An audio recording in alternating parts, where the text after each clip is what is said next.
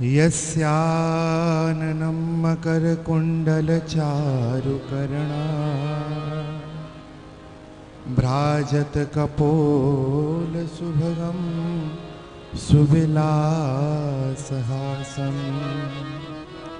नृत्योत्सवं रतत्रपुरदशभिः पिबन्ता नार्यो नराश्यमुदित कुपित निनेश हूँ अज्ञानी जगत विदित नहीं तब चरित्र को ज्ञान श्री गुरुदेव की कृपा सो अभी करत प्रभु गुणगान।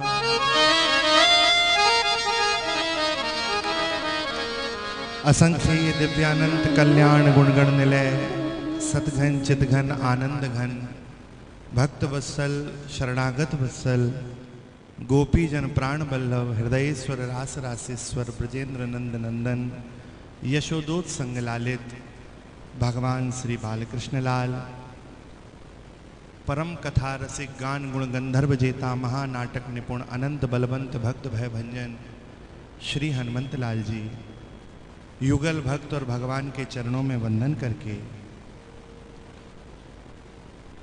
मंचस्थ विराजमान समस्त संतजन विप्रजन सभी संगीतज्ञगण पुरतः विराजमान विप्रजन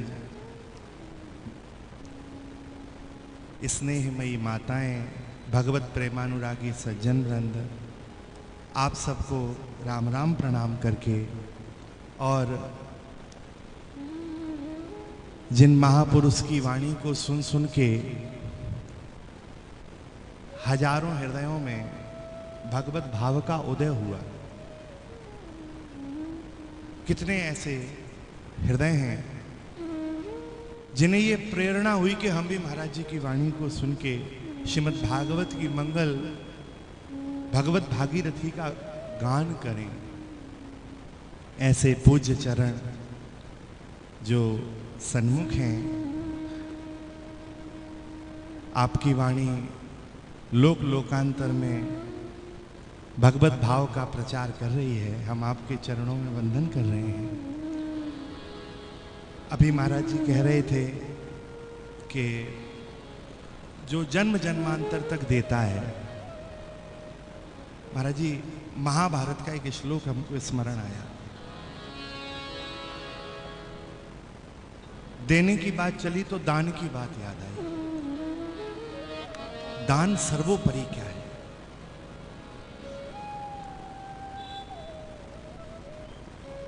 अन्नदानं परम दानम, सर्वोपरि दान अन्नदान है। ऋषियों ने कहा भाई ये बात पूरी तरह नहीं जच रही है, थोड़ा विचार किया जाना चाहिए। एक बार में कैसे मत पारित हो, थोड़ा विचार करना चाहिए। तो ऋषियों ने चिंतन किया, चिंतन के बाद निष्कर्ष निकाला। अन्नदानं परम दानम विद्यादान परम महत्। कहा महाराज जी अन्नदान परम दान है, लेकिन उससे भी बढ़ के यदि कुछ है तो विद्यादान परम महत्। बिना दृष्टांत के सिद्धांत अधूरा होता है। क्यों परम महत्? तो कहा अन्नात क्षण कह पूर्ति या जीवेन सविद्यया। अन्न केवल आपको क्षण भर आपकी तृप्ति करेगा, आप जिस समय पाएंगे उस समय आपको तृप्त कर देगा। लेकिन भैया यदि विद्यावान बन गए, विद्यावंत बन गए, तो आप दिग दिगांतर लोक लोकांतर में जाके अपने काल कालांतर तक अपना अन्न की व्यवस्था कर सकेंगे। तो ये अध्यात्म पीठ विद्यादान का स्थान है। अद्भुत पूज्य महाराज जी का संकल्प है। हम महाराज जी के चरणों में वंदन कर रहे हैं। और अभी पूज्य महाराज जी वृंदावन की बात कह रहे थे, मेरे पास तो संचालक जी ने पहले ही कह दिया है, सीमित समय है उसमें बात कह लें। सही है, वक्त को जिसने ना समझा धूल में वह मिल गया, वक्त का साया रहा तो फूल बन के खिल गया। तो वक्त की बात है भाई, तो जो बात है उसके लिए अलग ही मजा है फकीरी का अपना।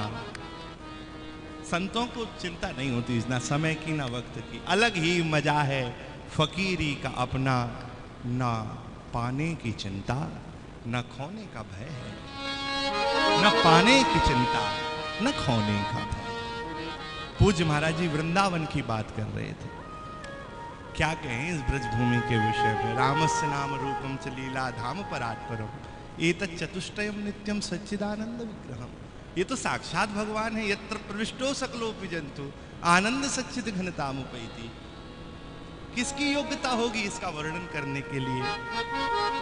महाराज जी ठाकुर जी प्रेम रूप हैं। मैं बस 5 मिनट लूंगा बस, फिर ठाकुर जी प्रेम रूप हैं। हमारे यहाँ रसिक संप्रदाय में कहते हैं प्रेम के खिलौना 2 खेलत हैं प्रेम खेल। जैसे वो हाथी घोड़ा नहीं होते शक्कर वाले, सावन के दिनों में माताएं जाती हैं रक्षाबंधन पे तो हाथी घोड़ा मिठाई बना के लेके जाते हैं। उनमें कुछ होता नहीं है, आकार से वो हाथी घोड़ा होते हैं, बाकी होता उनमें शक्कर ही शक्कर। ऐसे ही हमारे श्री जी में, हमारे ठाकुर जी में है कुछ नहीं। प्रेम के खिलौना 2 खेलत हैं प्रेम के लिए, प्रेम के खिलौना, इनमें प्रेम ही प्रेम है। लेकिन हम आपसे निवेदन करें, ठाकुर जी थोड़े से पीछे दिखते हैं हमको प्रेम देने में, थोड़े से पीछे। भगवान के 2 सखा हैं, एक प्रेम से परिपूर्ण है और एक ज्ञान से परिपूर्ण है। आप उद्धव जी को देखिए, बताइए बृहस्पति का पट्ट शिष्य, क्या ज्ञान की कमी होगी? कोई अभाव है ज्ञान का? कहीं दिखता नहीं है अभाव, अद्भुत ज्ञान है। ब्रह्म तत्व का, सांख्य का, दर्शन का, कहां ज्ञान की कमी है उनके अंदर?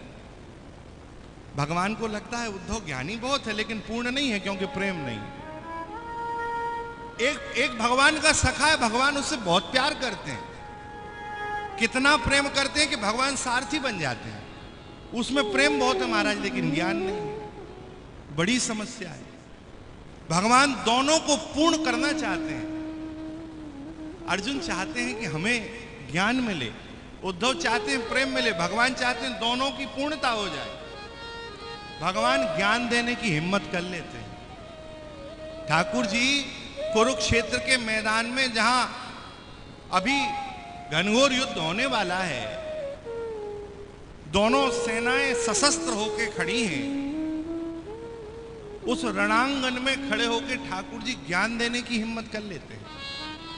लेकिन उद्धव को देखते हैं और उद्धव को देख के विचार करते हैं कि इसे प्रेम देना है, ज्ञानी तो बहुत है। प्रेम देने की बात आती है तो भगवान सरेंडर कर देते हैं। भगवान कहते हैं ये मेरे बस की बात नहीं है, प्रेम का दान मैं नहीं कर सकता। प्रेम कौन देगा? कहा गोपी प्रेम की ध्वजा, जिन गोपाल कियो बस अपने उर्वर श्याम भुजा। वो गोपी जो प्रेम रूपा है वो प्रेम का दान देगी। तो ठाकुर जी उद्धव को यहां वृंदावन भेजते हैं। फिर मैंने सोचा महाराज जी वृंदावन में प्रेम कहां से आया? यदि भगवान गोपियों को प्रेम के लिए भेज रहे हैं उद्धव को कि जाओ उद्धव जाओ, वृंदावन में प्रेम मिलेगा, प्रेम वहां प्राप्त होगा, जाओ गोपियों से प्रेम लेके आओ। तो इस वृंदावन में प्रेम, अद्भुत प्रेम है। श्रीमद् भागवत के आश्रम में बैठा हूं, मेरी तो आज वाणी सिद्ध हो गई। सामने महाराज जी बैठे हैं, पीछे संत बैठे हैं, भागवत के चरण में बैठा हूं। ये अवसर मेरे जीवन में शायद कभी ना आए।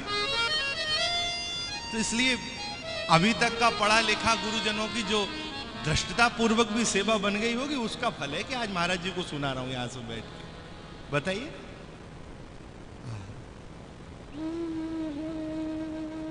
श्रीमद् भागवत कहती है वृंदावनम गोवर्धनम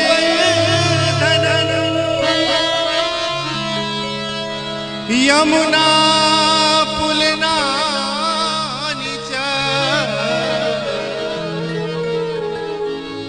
वीक्षासिदुत्तमा प्रीति राम माधवयो। ये वृंदावन वो है महाराज भक्त को प्रेमी बनाए, ठीक है, प्रेम के स्वरूप भगवान भी इनके अंदर उत्तम प्रीति, ब्रज को देख के उत्तम प्रीति इनमें प्रकट हो गई। कहां से प्रेम का संपादन हो रहा है? प्रेम का संपादन कर रही हैं कलिंदगिरी नंदिनी श्री यमुना जी। ये जो यमुना की रसधार ब्रज को मिली है ना, ये प्रेम का संपादन कर रही है इस भूमि में, क्योंकि अद्भुत प्रेम है महाराज। श्री यमुना जी प्रेम रूपा है। भक्त इनका दर्शन करता है तो ये भगवान की याद दिलाती है, और भगवान दर्शन करते हैं तो भक्त की याद दिलाते हैं। ये इनका गुण है। जब त्रेता में श्री भरतलाल जी ने यमुना का दर्शन किया तो भरतलाल जी को यमुना का दर्शन करके रघुनाथ जी की याद आ रही है। देखत श्यामला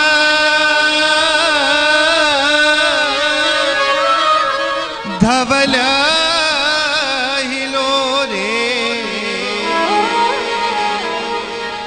पुलक शरीर भरत कर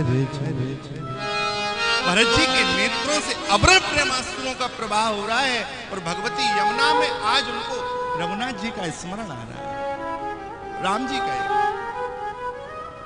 और कभी ठाकुर ने मथुरा जब पहुंचे और भगवान उद्धव के साथ यमुना में स्नान कर रहे हैं, और आज भगवान का जन्मोत्सव, और गोपियों ने कहा कि हम तो लाला को 11 वर्ष से बधाई देते आ रहे हैं, आज 12वां वर्ष है, कन्हैया पास नहीं है, क्या किया जाए?